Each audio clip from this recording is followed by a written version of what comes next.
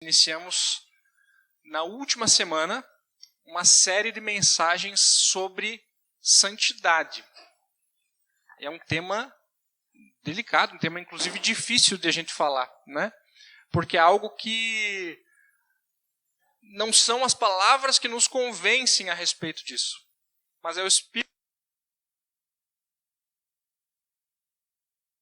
Podemos experimentar a partir de um encontro com o Senhor. Nós olhamos na semana passada para a experiência de Isaías, né? Capítulo 6 ali de Isaías, o chamado de Isaías, e nós falamos que tudo começa com quem ele é. Quando nós queremos entender e falar a respeito de santidade, nós precisamos primeiro compreender quem é o nosso Deus, quem é o Senhor, porque ele é santo, ele nos chama para ser santos. Porque ele é santo, nós somos chamados a espelhar e espalhar o caráter dele na criação. Né? Nós somos chamados a ser como ele é. Isso é o motivo pelo qual ele nos salva. Para que nós possamos nos parecer com o Senhor. Amém?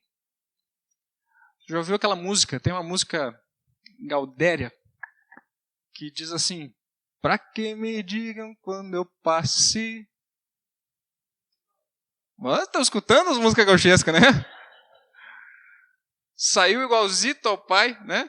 Que alegria para um pai olhar para um filho e se ver no filho, né? É muito bom. Com a Maria, eu não tive essa felicidade, né? Mas com o Saulo eu já consigo ver, né? Eu consigo ver, embora também tenha bastante semelhança com a Maia, eu consigo me ver um pouquinho nele ali, né? Mas é uma alegria para um pai se ver no seu filho. E nós, como filhos de Deus, nós fomos chamados por ele para espelhar a própria natureza dele. Por isso que o nome da nossa série é Santidade, a natureza de Deus em nós. Nós somos filhos de um Deus santo e nós recebemos da parte dele a sua própria natureza, nos tornando santos. Nos declarando santos e nos santificando cada dia mais para que nós nos pareçamos com ele. Glória a Deus por isso, né?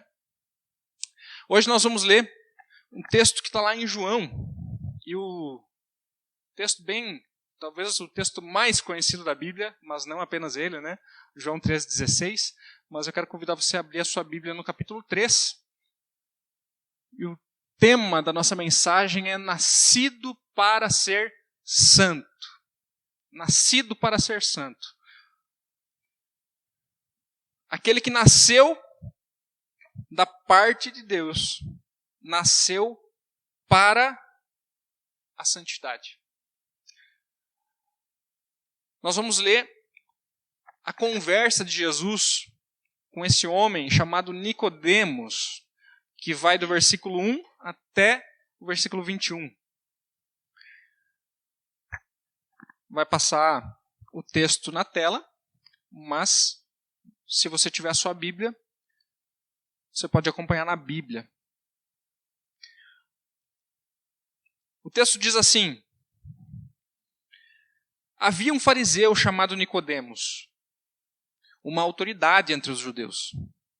Ele veio a Jesus à noite e disse: Mestre, sabemos que ensinas da parte de Deus, pois ninguém pode realizar os sinais milagrosos que estás fazendo, se Deus não estiver com ele.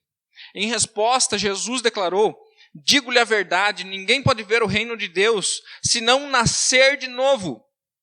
E perguntou Nicodemos: como alguém pode nascer sendo velho? É claro que não pode entrar pela segunda vez no ventre de sua mãe e renascer. Respondeu Jesus: digo-lhe a verdade, ninguém pode entrar no reino de Deus se não nascer da água e do Espírito. O que nasce da carne é carne, mas o que nasce do Espírito é Espírito. Não se surpreenda pelo fato de eu ter dito: é necessário que vocês nasçam de novo.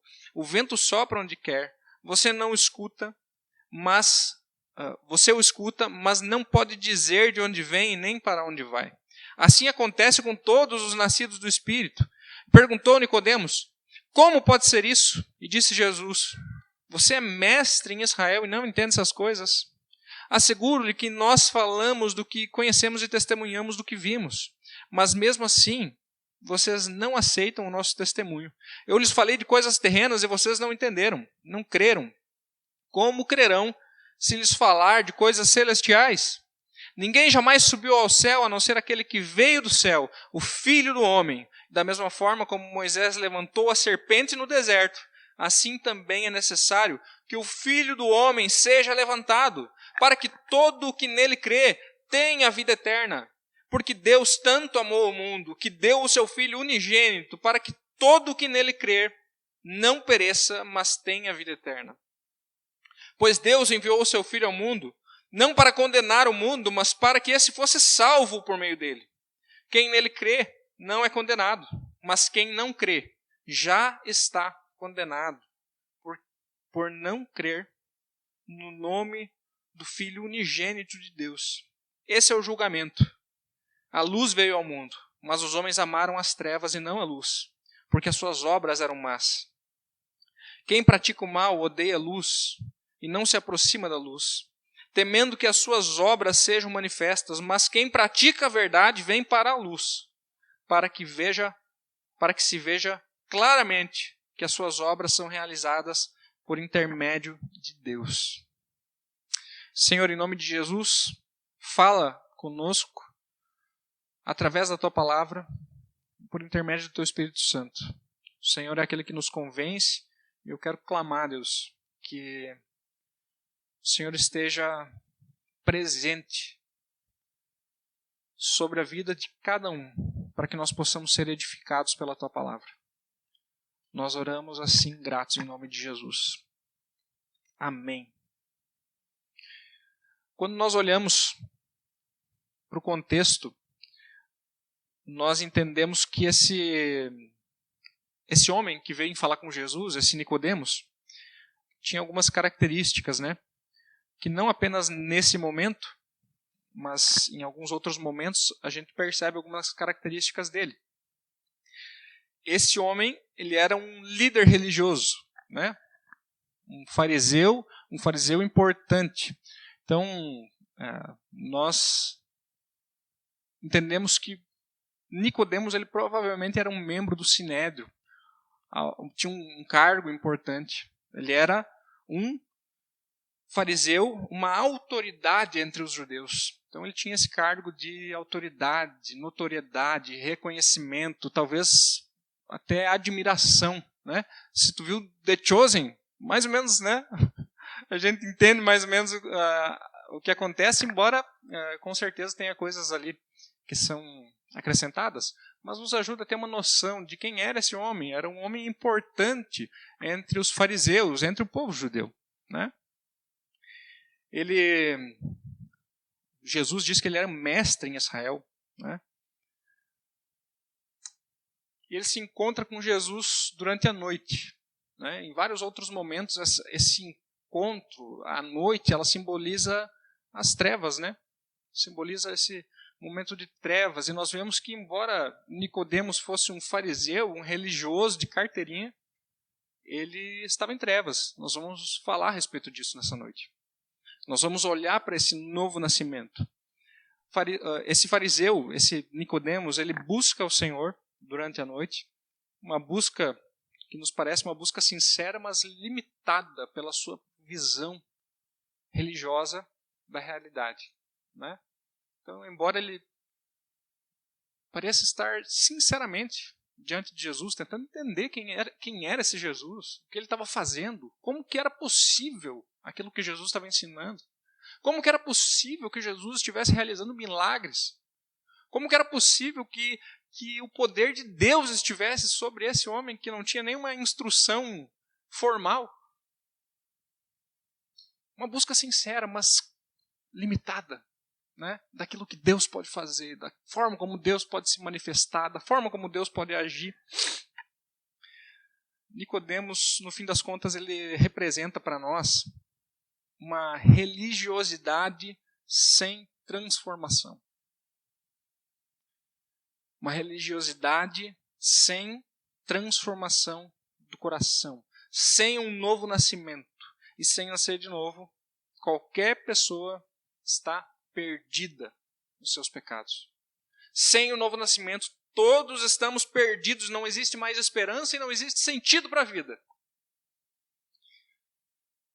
Você pode encontrar alegria, mesmo que momentânea, em várias coisas nessa vida. Você pode ser uma pessoa bem-sucedida, uma pessoa rica, uma pessoa importante, que tem uma boa reputação, que é querida pelos outros, que trata bem as pessoas na rua, que ajuda todo mundo. No fim das contas, se você não nascer de novo, nada disso adianta. Nada disso, no final das contas, vai valer. É sobre esse novo nascimento que nós vamos falar nessa noite. Novo nascimento. Em primeiro lugar, o que é nascer de novo? Nós vamos responder algumas perguntas nessa noite. O que é nascer de novo? Para responder o que significa esse novo nascimento, primeiro nós vamos falar a respeito do que não é novo nascimento. Que muitas vezes pode dar uma impressão ou trazer uma certa confusão na nossa cabeça a respeito do novo nascimento, mas que não significa novo nascimento. O que não é novo nascimento? Em primeiro lugar, ser bem-sucedido financeiramente. Para nós isso pode até ser algo tranquilo de entender, né? Mas nós temos ouvido muitas pessoas pregando a respeito do propósito de Deus para a nossa vida ser a prosperidade. Que nós precisamos ser abençoados, enriquecer e construir patrimônio. Isso é prova de que nós somos filhos de Deus. Aquela frase, né? Eu não sou dono do mundo, mas sou filho do dono, né? E aí você acha que agora que eu tenho Jesus na minha vida, tudo vai dar certo, não vou mais ter problema e as coisas vão melhorar, as oportunidades vão aparecer, eu vou enriquecer e vai dar tudo certo. Né? Tem aquela música, vai dar tudo certo. E às vezes não dá tudo certo. Né? E o que aconteceu? Será que Deus falhou em sua promessa? Ou será que eu entendi errado a promessa do Evangelho? Nós sabemos que vai dar tudo certo. Mas isso não é uma promessa terrena. Nós sabemos que no fim das contas Jesus já venceu e nós vamos com Ele, né? Mas isso não é uma promessa de que tudo na minha vida vai correr da forma como eu esperava. Nicodemos, lá no capítulo 19, no versículo 39, quando Jesus ele é crucificado, fala de novo a respeito desse homem chamado Nicodemos. Nicodemos, ele é um dos homens que, junto com José de Arimateia, eles vão providenciar o sepultamento de Jesus, né? Alguém pode ler para nós, versículo 39, capítulo 19, versículo 39.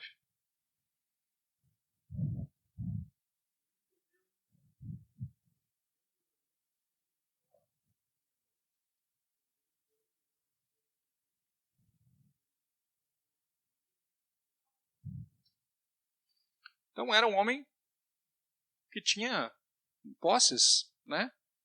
Mas isso não significa que ele havia nascido de novo, simplesmente porque ele tinha uma vida financeira bem-sucedida. Nesse momento, na crucificação de Jesus, nós podemos olhar para Nicodemos e falar assim, esse homem, de fato, entendeu. Nicodemos, ao que tudo indica, ele nasceu de novo, né? Mas não eram esses sinais de que tudo estava dando certo na vida que significava o novo nascimento dele. Outra coisa que não é novo nascimento, ser religioso. Aqui nós temos o exemplo de alguém que era o religioso, né? Era um homem, um excelente religioso. Nós não conseguimos ser religiosos da forma como Nicodemos conseguiu. Ele era um excelente religioso. Ali no versículo 1 nós vemos isso, né? Um fariseu chamado Nicodemos, uma autoridade entre os judeus. Era alguém reconhecidamente um conservador da religião judaica, né? Os fariseus, eles eram assim. Então, perante as pessoas, ele era irrepreensível, mas não era salvo. Era bem-sucedido financeiramente, mas não era salvo. Era irrepreensível, um religioso, mas não era salvo. Outra coisa que não é novo nascimento, ocupar cargos na igreja. Esse fariseu Nicodemos, ele ocupava cargos importantes. Claro que não era na igreja, como nós temos hoje, mas eu já trouxe para a nossa realidade, né? Isso não é novo nascimento. Ele tinha cargos importantes, mas isso não significa que ele era salvo. Era membro do Sinédrio, muito influente na nação de Israel, mas não era salvo. Outra coisa que não é nascer de novo. Ir a Jesus. Versículo 2 nos mostra um homem indo a Jesus. Diz assim: ele veio a Jesus à noite e disse. Nicodemos foi a Jesus, mas não era salvo. Foi a Jesus, mas não tinha nascido de novo. Muitas pessoas se encontraram com Jesus e foram salvas, mas nós temos tantos outros exemplos de pessoas que se encontraram com Jesus e não foram. Você lembra do exemplo do jovem rico? Aquele que foi a Jesus, cheio de dúvidas, e que talvez nós, olhando para ele, diríamos, mas só falta Jesus mesmo, nasceu crente esse cara. Faz tudo certo, um exemplo. Mas Jesus olhava e via um coração muito distante. E esse homem foi a Jesus e não era salvo, e não foi salvo. Nascer de novo também não é ter informações corretas sobre Jesus. Não significa eu saber as coisas corretas. Eu entender as coisas corretas. Eu falar sobre a graça, eu entender sobre a salvação, sobre o processo da salvação. Eu saber versículos de cor. Ter informações. E isso não significa que eu nasci de novo. Nós vemos ainda no versículo 2 aquilo que Nicodemos fala para Jesus: Mestre, sabemos que ensina da parte de Deus, ninguém pode realizar os sinais milagrosos que estás fazendo se Deus não estiver com ele. Nicodemos reconheceu que Jesus era um mestre, que ele tinha poder para fazer milagres e que ele veio da parte de Deus, mas ele não era salvo. Tinha informações corretas sobre Jesus e não era salvo. Muito provavelmente, essas informações que ele tinha até então nunca tinham gerado transformação alguma no seu coração. E também não é nascer de novo passar por uma reforma moral na minha vida. Versículo 6 ele diz assim: o que nasce da carne é carne, mas o que nasce do Espírito é Espírito. O que é nascido da carne é carne.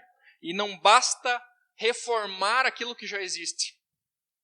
Não basta eu dar uma maquiada na carne, né? Limpar a carne. Não basta. Jesus está falando que é necessário algo completamente diferente. Uma nova natureza. Não é mudar um pouquinho, eu começar a me comportar de uma certa forma, eu entrar na igreja e falar as palavras corretas, eu começo a dar paz do Senhor para todo mundo, né? E eu mudo um comportamento externo e às vezes isso pode não significar nada. Eu posso estar com o coração distante do Senhor. Eu posso passar por uma reforma, uma instrução na minha vida, uma educação, e ainda assim não ser salvo. E não ter nascido de novo. Será que muitas vezes a gente não entende o novo nascimento como esses sinais externos? O novo nascimento, sim, ele transforma o nosso exterior, mas é de dentro para fora. É de dentro para fora. Às vezes nós queremos falar a respeito de Jesus, a respeito do Evangelho para alguém, e nós falamos a respeito de um comportamento cristão. Nós imaginamos que se a pessoa se comportar de determinada forma, isso significa que ela foi salva. Nós não entendemos nada sobre a graça. Nós não entendemos nada sobre a forma como nós somos salvos. Se eu imagino que eu posso pegar alguém que não crê no Senhor, e eu falo, não, porque você precisa parar de fazer isso, parar de fazer aquilo, você precisa se comportar dessa forma, você precisa se vestir dessa forma, você precisa falar essas palavras. Isso vai se tornar a pessoa um filho de Deus? Isso vai transformar o coração? O que transforma o nosso coração é um novo nascimento. Um novo nascimento. Pelo Evangelho. O que é esse novo nascimento, então? É algo completamente novo. Em primeiro lugar, né? Nicodemos nem fez nenhuma pergunta para Jesus a respeito desse novo nascimento, né? E Jesus já diz, ele só fala aquilo que ele sabia sobre Jesus, né? Tu é um mestre, tu é muito bom, tu faz milagres, tu veio de Deus. E Jesus interrompe Nicodemos e fala assim, eu digo a verdade, ninguém pode ver o reino de Deus se não nascer de novo. Espera aí, Nicodemos, eu já sei o que tu está buscando. Ninguém pode ver o reino de Deus se não nascer de novo. Jesus sabia aquilo que estava incomodando o coração de Nicodemos. É semelhante, inclusive, ao jovem rico que a gente falou, né? Essa tentativa de entender. E aí Jesus responde. Essa obra, esse novo nascimento, é algo sobrenatural. É algo que vem do próprio Deus para alguém que estava morto nos seus pecados. Efésios 2 nos fala a respeito disso. Nós estávamos mortos nos nossos delitos e pecados e Ele nos vivificou em Cristo. 2 Coríntios capítulo 5, versículo 17 diz, portanto, se alguém está em Cristo, é nova criação. É algo completamente novo. É uma nova vida, é uma nova criação. As coisas antigas já passaram, eis que surgiram coisas novas. Não é simplesmente uma correção no meu comportamento, é uma vida completamente nova.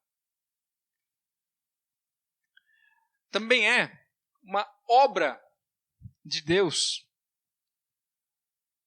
realizada pelo Espírito Santo. Já foi os dois, né? Não tem problema, tá? Obra realizada pelo Espírito Santo no nosso interior. Versículo 3, ele fala a respeito desse novo nascimento.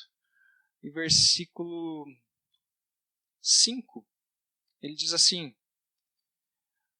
ninguém pode entrar no reino de Deus se não nascer da água e do Espírito. Essa obra aqui é operada pelo Espírito Santo, é aquele que nos convence do nosso pecado, da justiça, do juízo. Não é alcançado pelo nosso desempenho. Isso é algo fundamental que nós precisamos compreender. A salvação não é alcançada pelo quanto eu sou bom, mas é justamente o reconhecimento da minha ineficácia em encontrar salvação. É o reconhecimento da minha inaptidão diante de Deus, da minha falência. É uma declaração de eu não posso e eu preciso de um Salvador. Não é o quanto nós somos bons em fazer a religião. O quanto o meu comportamento faz Deus me olhar lá do céu com um joinha e falar assim, é isso aí, você é bom, hein?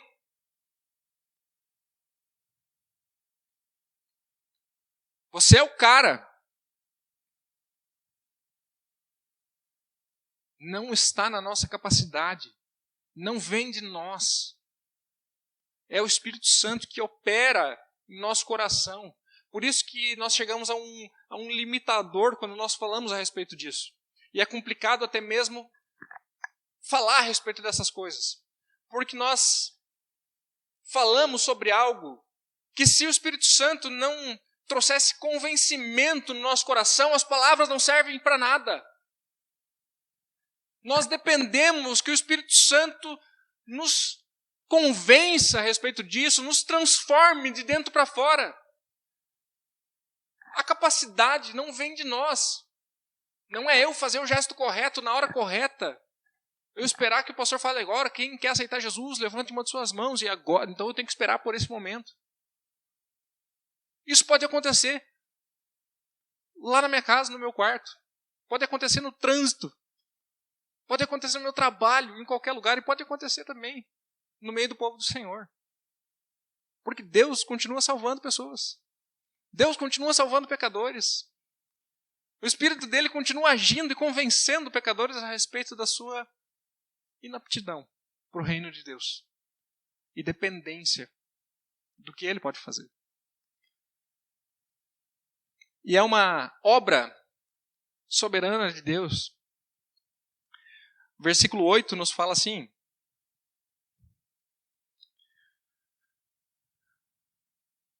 o vento sopra onde quer. Você o escuta, mas não pode dizer de onde vem, nem para onde vai. Assim acontece com todos os nascidos do Espírito. Nós nem sempre compreendemos a forma como Deus age, né? Hoje de manhã nós falamos bastante a respeito disso. Nós nem sempre compreendemos, e glória a Deus por isso, que nós não temos a capacidade de compreender exatamente quem Deus é e como ele age. Porque Ele é Deus e Ele é soberano. E está acima do nosso entendimento. Ele não é domesticável. Não é alguém que nós conseguimos ler e compreender completamente. Deus é soberano. E essa soberania nós não sabemos explicar, mas nós podemos crer. Da mesma forma que eu, por exemplo, eu não sei como funciona o motor de um carro. O meu carro tem um motor. Não faço ideia como funciona. Deveria saber um pouquinho mais, né? Não faço ideia de como funciona. Mas eu confio que se amanhã eu chegar ali e bater a chave, ele vai ligar. Eu não sei como funciona o processo. Eu não entendo completamente. Mas eu creio. Eu confio. Mesmo sem entender, eu sei que ele vai andar. Tomara que ande, né? Só o que falta amanhã eu chegar ali e ele não andar. Tá louco, né?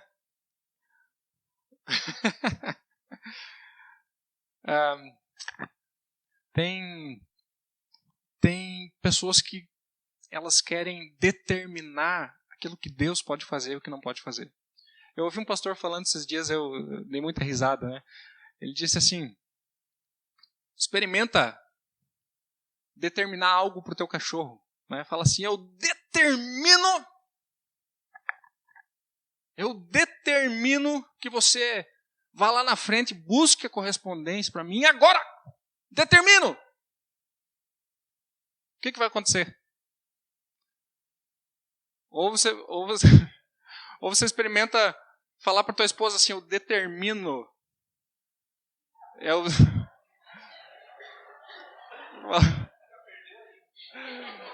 Fala, mulher, eu determino que tu faça minha janta agora, né?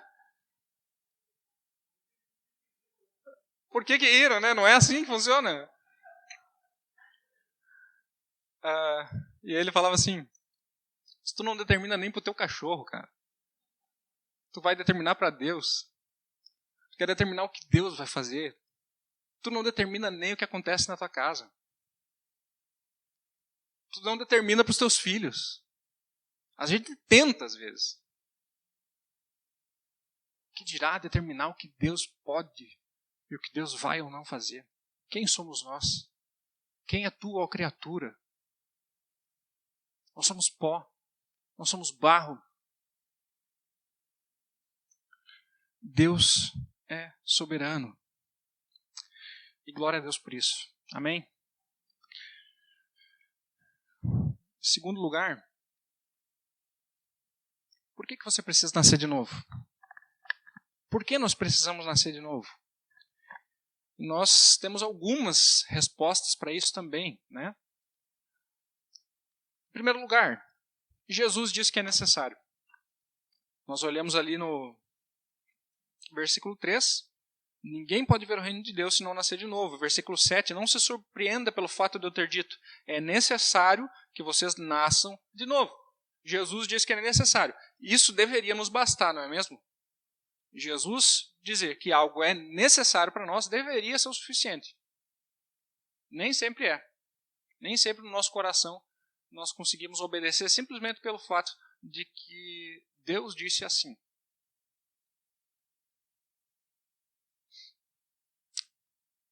Mas isso deveria nos bastar. Outro motivo, a religiosidade ela é insuficiente.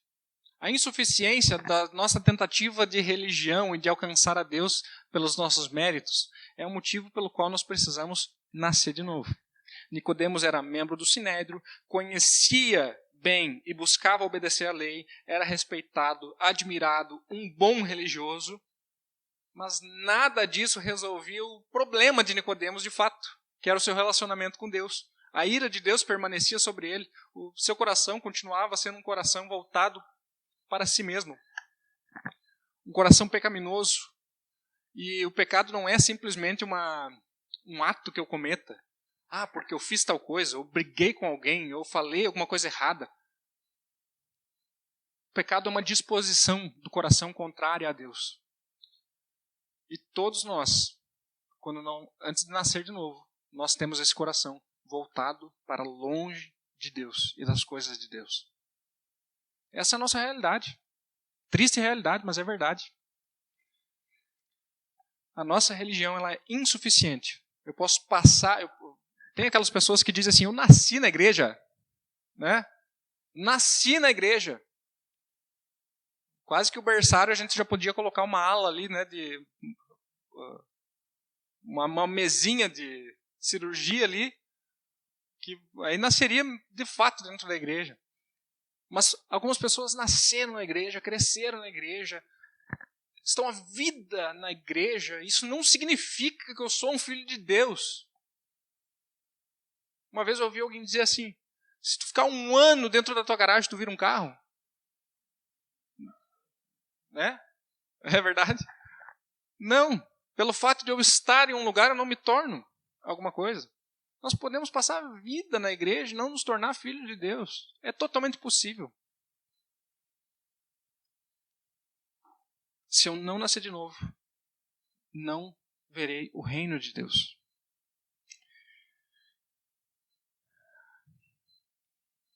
A inclinação do coração é contra Deus.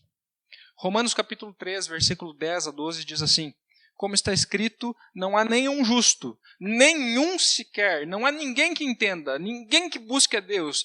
Todos se desviaram, tornaram-se juntamente inúteis. Não há ninguém que faça o bem, não há nenhum sequer. Neca, nada, ninguém. Desde Adão, nós nascemos em rebelião contra o Senhor. Desde que o pecado entrou no mundo, nós estamos em rebelião contra o Senhor. A disposição do nosso coração é contra o Senhor, contra as coisas do Senhor. Nós estamos em uma luta, em uma queda de braços com o Criador do universo. Né? Não tem como isso acabar bem para nós, né? Mas o nosso coração, ele faz exatamente isso. Outro motivo pelo qual nós precisamos nascer de novo, porque é impossível entrar no reino de Deus se eu não nascer de novo. Né? É impossível. Quando nós partirmos dessa vida, chegarmos diante de Deus, eu não vou falar para Deus assim, mas Deus, eu era da Batista, né? Eu era membro da igreja, né? A gente conversava sobre isso. Ser membro da igreja, eu estava no hall de membros, tem gente que confunde o hall de membros com o livro da vida, né? O hall de membros não é o livro da vida. Eu era isso, eu era aquilo, da mesma forma como vários Jesus disse que no último dia chegariam para ele e falariam, mas eu fiz isso, eu expulsei demônio, eu fiz milagre, eu falei tal coisa, eu fiz tanta coisa em nome do Senhor. E Jesus olha para eles e diz, eu não te conheço. Afaste-se de mim, você que pratica o mal, porque tudo isso que você faz, achando que as tuas obras vão alcançar alguma coisa, tudo isso é o mal. O que tu está fazendo é o mal. Várias coisas que Jesus diz ali, que alguns diriam para ele no último dia, às vezes nós entendemos que é fazer a vontade de Deus, né? Falar a respeito da palavra, expulsar demônios, fazer milagres e não sei o quê. Nós entendemos, mas isso é a vontade de Deus. Mas existe uma vontade acima de qualquer uma dessas, que é um relacionamento com Deus. E esse é o motivo pelo qual Jesus fala, eu não os conheço. Eu não os conheço. O que adianta você fazer, se no fim das contas a gente não se conhece? Eu não te conheço. Você nunca se relacionou comigo.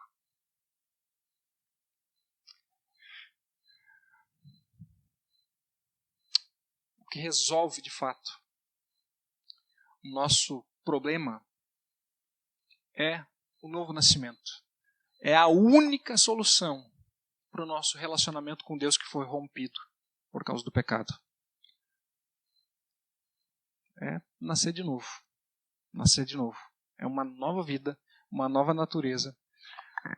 Da mesma forma como a gente olha uma lagarta entrando num casulo. Quer dizer, a gente acredita que ela faz isso. Ninguém nunca viu isso acontecer ao vivo, né? Não sei. Mas ela entra e quando ela sai, não é mais a mesma. Não é a mesma natureza. Ela entra se rastejando e ela sai voando, né? Assim, muitas vezes a gente pode chegar diante de Jesus se rastejando. E pode sair voando, né?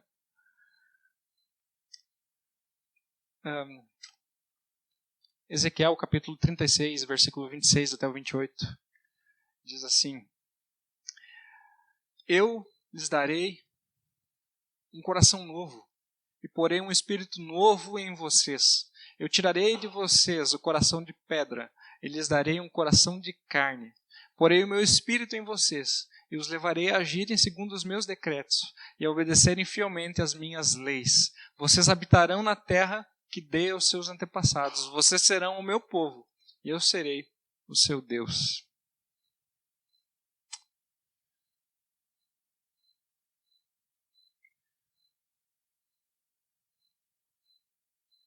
Nós precisamos de um novo coração. Que Deus, pela misericórdia dele, arranque de nós um coração endurecido, um coração de pedra, e nos dê um coração sensível a ele, um coração de carne, um coração pronto a responder. Amém? Próxima pergunta. Quais são as condições para nascer de novo? De forma bem breve e simples, nós vamos ver aquilo que se espera de nós. E quando nós percebemos um coração que está distante, esse é o caminho. É o caminho. Nós vamos olhar para isso. Agora, quando nós olhamos aqui para Jesus, conversando com Nicodemos, Jesus ele fala a respeito da história de Israel no deserto, né? Ele começa a falar que, a partir do versículo 14, da mesma forma como Moisés levantou a serpente no deserto. Você lembra desse episódio onde isso acontece? Lá em Números capítulo 21, onde o povo se rebelou contra Deus, da mesma forma como nós, né? As coisas não mudam, o coração do homem é o mesmo. O povo se rebelou contra Deus, reclamando a respeito da provisão de Deus, do maná que Deus tinha enviado, e como punição para o pecado, Deus enviou cobras, serpentes. E essas serpentes eram venenosas, né? Então, começou a acontecer mortes no meio do povo. E aí o povo clamou a Moisés que intercedesse por eles. Moisés intercedeu por eles e Deus ordenou que Moisés construísse uma serpente de bronze e levantasse essa serpente de bronze, aquele que olhasse para a serpente seria curado. Aquele que foi mordido pela serpente venenosa e olhasse para a serpente de bronze, ele seria curado, ele não morreria. E aí nós olhamos para essa história, e que loucura essa história, né? Mas será que Deus estava querendo nos falar a respeito de serpentes e cura de veneno de serpente? Ou será que tem algo maior que ele está tentando nos ensinar? Aqui isso fica muito claro, a forma como esse episódio estava apontando para o Messias que viria. Como aquela serpente de bronze que foi levantada no deserto era um tipo de Cristo. Era uma sombra do Cristo que viria, e que aquele que olhasse em direção a ele seria curado do veneno da serpente que estava nos matando. Nós também fomos picados pela serpente venenosa, e o veneno do pecado se espalha dentro de nós. A palavra nos diz que o salário do pecado é a morte, ou seja, esse veneno ele se espalha e ele nos mata. Mas aí, da mesma forma como lá no deserto, Deus provê a solução. A solução vem do próprio Deus. A solução é erguida à vista de todo o povo. E aquele que olhasse com fé seria curado. Da mesma forma.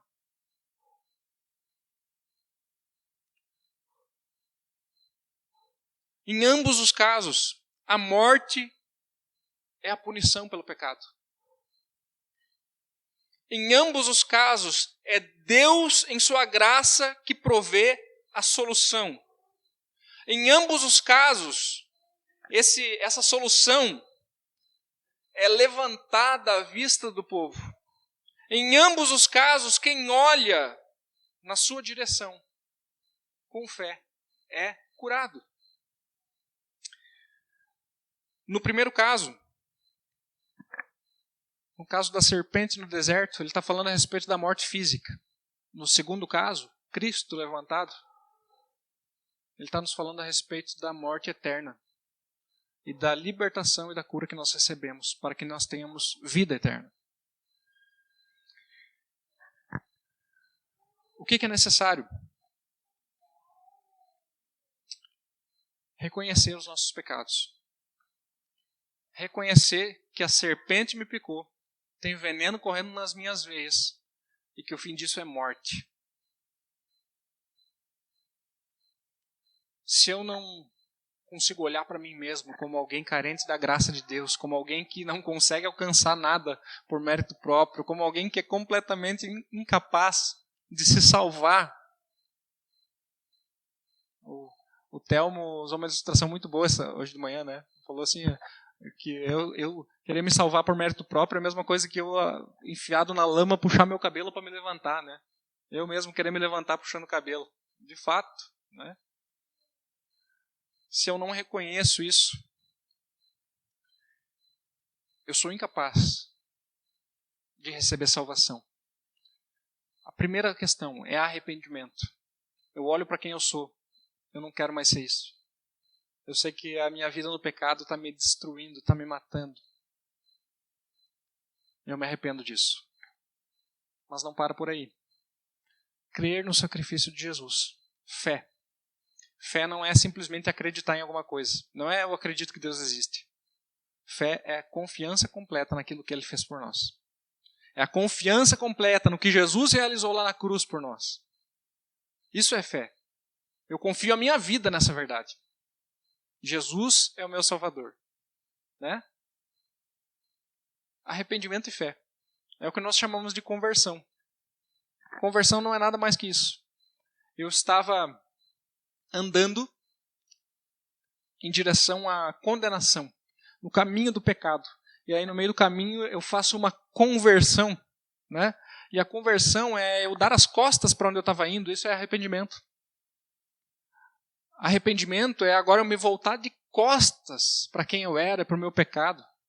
E agora eu me volto em fé para o meu Salvador. É isso que é conversão. É uma mudança completa de direção. E essa mudança, ela envolve arrependimento e fé.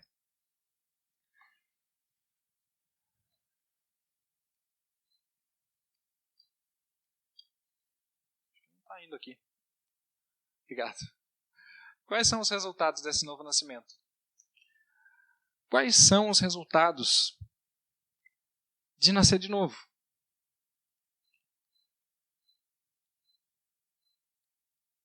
Em primeiro lugar, livramento da condenação.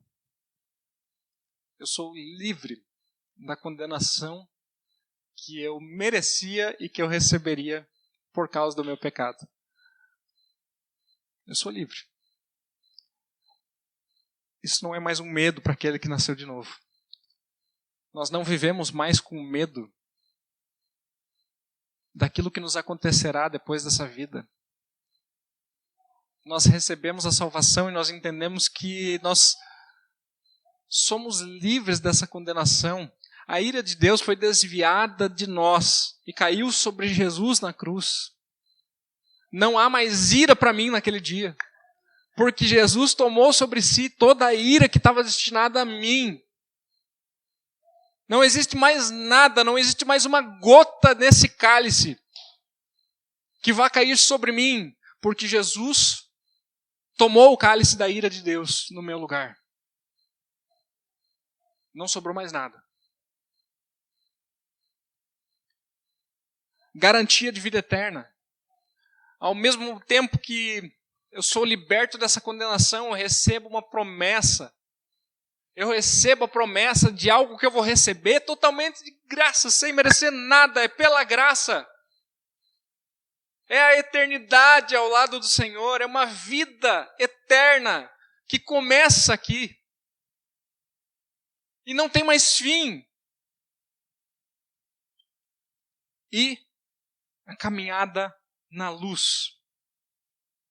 Nós vemos isso no texto, quando, a partir do versículo 16, ele diz assim: Deus tanto amou o mundo que deu o seu Filho unigênito para que todo o que nele crê não pereça, mas tenha a vida eterna. Não mais condenação, mas a vida eterna pela graça do Senhor.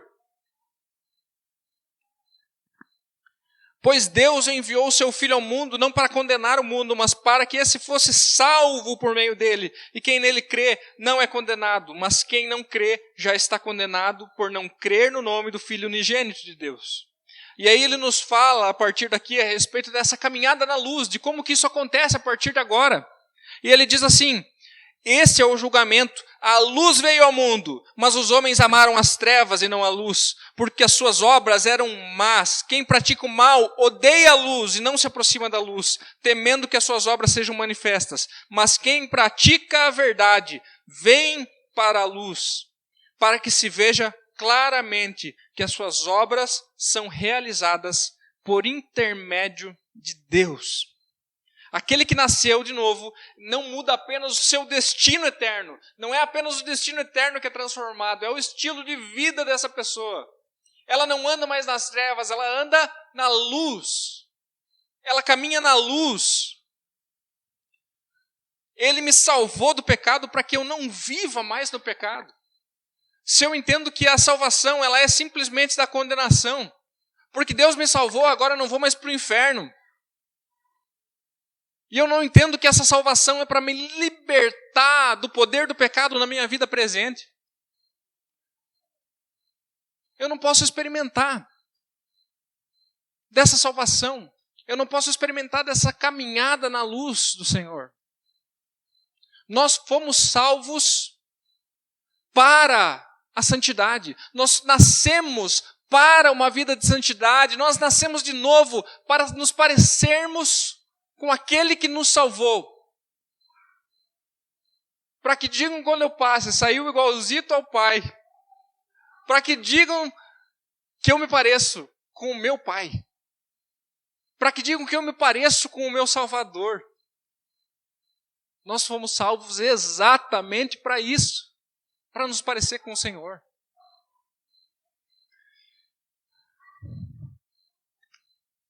Eu quero já encerrar, mas eu me lembro de uma história, talvez eu até já tenha contado, mas eu me lembro de algo que o meu pastor me falou antes de que eu me convertesse, né? Pastor lá da igreja em Giruá, eu estava frequentando a igreja e eu não entendia nada do evangelho, né? Eu ia lá porque era legal e eu me sentia, de certa forma, eu me sentia em paz dentro da igreja, né? Era um ambiente assim que eu me sentia, sabe, nossa, estou espiritual, né? Eu ia na igreja e aquilo não significava nada de fato. Eu não tinha nascido de novo. E aí, teve um dia que eu fui conversar com ele e o meu estilo de vida era o mesmo de sempre. Eu só tinha agregado o ir à igreja. Só tinha colocado o ir à igreja no meu estilo de vida. Mas era a mesma coisa. Muitas vezes, quando eu faltava o culto, eu faltava porque eu estava indo numa festa, né? Fazer fiasco, dar vergonha para meus pais e encher a cara. E aí, ou às vezes eu saía do culto e ia para a festa. E para mim, tanto faz, tanto fez. Nem via como algo errado, porque o Espírito Santo é que convence, né? Eu até achava que eu era muito bom. Era tranquilo, nunca fiz mal para ninguém.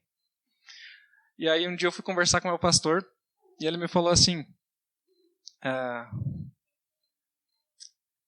se você pega um porco, você coloca ele para morar dentro da sua casa, tu dá banho no porco, né? Escova bem ele, esfrega, ele fica limpinho. Sabe aqueles porcos rosinha assim, tão limpinho que tá?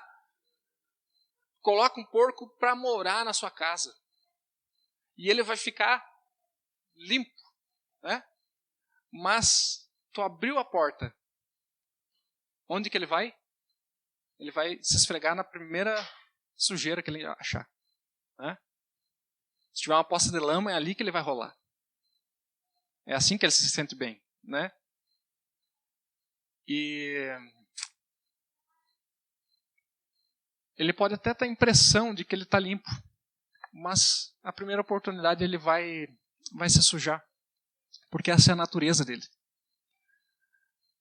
E a única forma de ele se manter limpo é se ele tiver a natureza dele transformada e ele não for mais um porco, né? E eu fiquei olhando para aquela história, ele me contando, e interessante, mas eu não sabia, ele estava falando de mim, né? Eu era o porco. Ele estava falando para mim que eu era um porco, que quando saía da igreja eu me jogava na lama e me rolava e amava aquilo ali, era o meu estilo de vida. Que bom eu não entendi na época, né? Depois de muitos anos eu falei isso para ele. Tu estava falando de mim, né, cara? Mas a gente ama muito ele.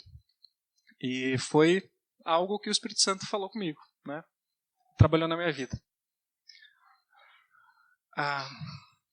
Só uma transformação completa da minha natureza. Não mais porco, mas ovelha, né? Do pastoreio do Senhor. Só uma transformação completa da minha natureza, de quem eu sou. Se hoje você olha para a sua vida e fala assim, eu acho que eu não nasci de novo. Eu não me arrependo dos meus pecados. Talvez você olhe para você mesmo e você fala assim, eu nem sou tão ruim assim. O Espírito Santo pode gerar uma transformação. O Espírito Santo do Senhor pode fazer uma regeneração no seu coração. Te dar um novo coração transformado. E é a coisa mais importante que vai acontecer na sua vida. Nada se compara a isso. Nada se compara. Não é seu mérito, não é nada disso, mas você pode orar, Senhor, transforma o meu coração. Essa é uma oração que Deus tem prazer em atender. Amém? Vamos orar? Senhor, nós chegamos diante de Ti reconhecendo quem o Senhor é. Nós falamos a respeito disso. O Senhor é santo, santo, santo, completamente santo, separado de todo mal, de todo pecado. E esse Deus santo, santo, santo escolheu nos amar e nos salvar através do sacrifício do seu próprio Filho para nos tornar santo como o nosso Pai Celestial é santo. Senhor, nós sabemos que nada em nós pode nos dar um novo coração. Nenhuma instrução, nenhuma educação, nenhuma obra, nada do que nós possamos fazer e que esteja ao nosso alcance pode nos dar um novo coração. Mas nós sabemos que o Teu Espírito Santo transforma os corações. E o Senhor continua salvando pecadores e fazendo de pecadores filhos do Senhor. Não há em nós esse direito de sermos chamados teus filhos, mas o Senhor nos dá esse direito, nos adotando na tua família. Em nome de Jesus, Pai, nós queremos clamar, entregando os nossos corações diante de Ti. Recebe os nossos corações no Teu altar, diante de Ti, e faz com as nossas vidas, com os nossos corações, o que lhe apraz. Aquilo que Te agrada, aquilo que o Senhor deseja. Gera as transformações necessárias. Tanto naqueles que não Te conhecem ainda, não se renderam a Ti, mas também naqueles que já receberam um novo coração, mas que precisam ser conduzidos pelo Senhor. Caminhar na luz, como a Tua palavra fala. Recebe as nossas vidas, Pai. Nós reconhecemos que não tem nada em nós, mas nós cremos que tudo está em Ti. E que o Senhor é poderoso para salvar. Muito obrigado, Pai.